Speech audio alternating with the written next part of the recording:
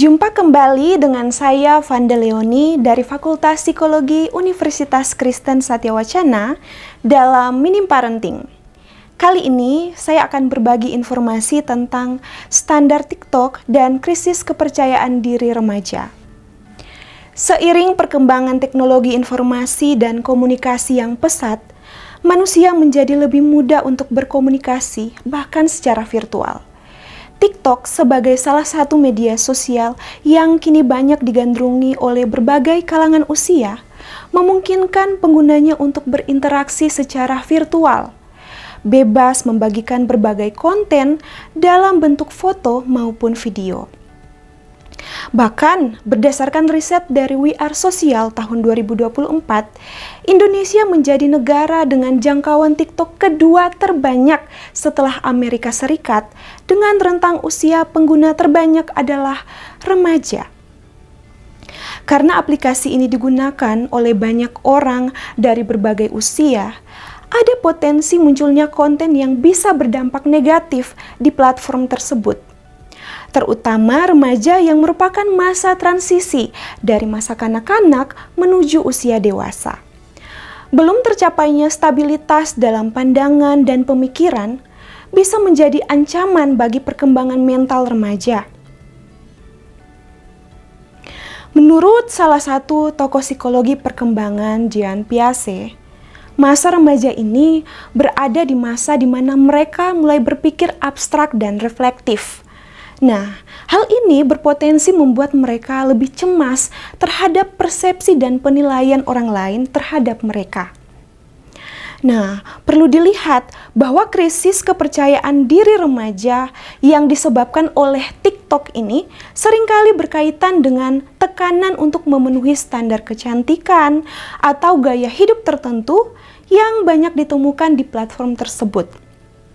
Di TikTok, konten-konten viral yang menonjolkan penampilan fisik, popularitas, dan pencapaian pribadi dapat membuat remaja merasa tidak cukup baik atau merasa kurang percaya diri jika mereka tidak bisa mengikuti tren tersebut.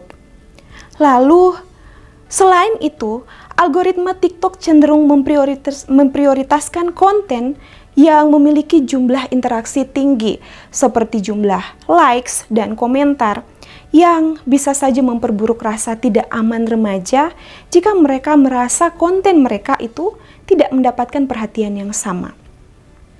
Hal ini tentu saja bisa memperburuk perasaan mereka tentang diri mereka sendiri, karena mereka seringkali membandingkan diri dengan orang lain yang terlihat sempurna atau sukses.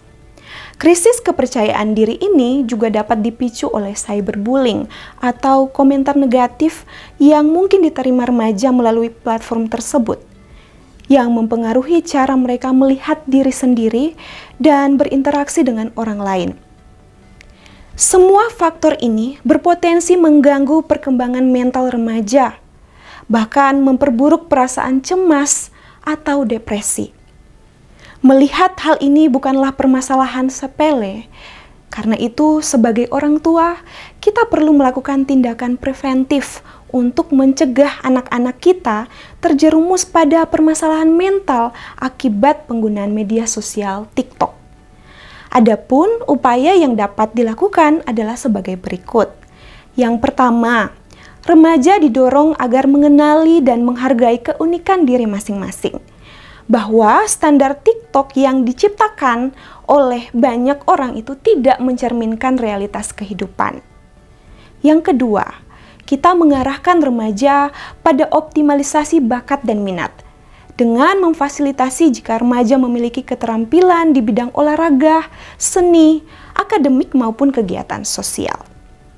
Kemudian yang ketiga, kita memberikan batasan waktu yang jelas dalam penggunaan ponsel. Yang keempat, kita mengajarkan tentang memiliki pandangan kritis dalam bermedia sosial. Bahkan, tidak semua konten yang tersedia merupakan realitas kehidupan yang sesungguhnya. Yang kelima, membangun hubungan positif dengan anak, seperti komunikasi yang terbuka, agar anak dapat mengutarakan perasaannya tanpa rasa tertekan, serta memberikan dukungan penuh terhadap minat dan bakat yang dimiliki. Dengan demikian, diharapkan remaja tidak mengalami krisis kepercayaan diri yang diakibatkan pada standar-standar yang diciptakan di media sosial.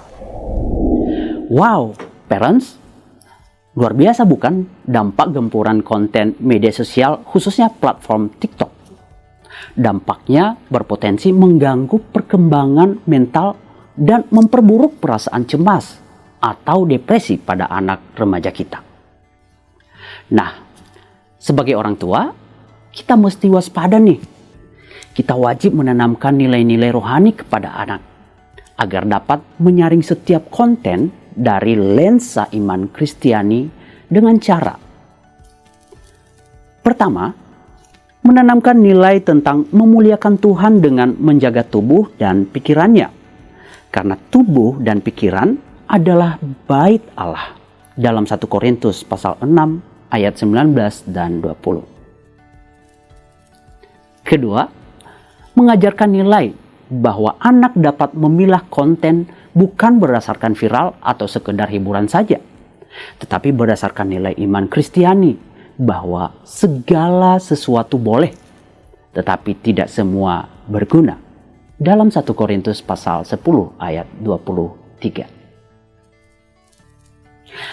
Namun parents, yang paling penting adalah bukan hanya sekedar melarang dan memberi nasihat kepada anak-anak kita, tetapi juga memberikan pendampingan dengan penuh kasih dan menjadi teladan bagi anak-anak yang Tuhan titipkan kepada kita.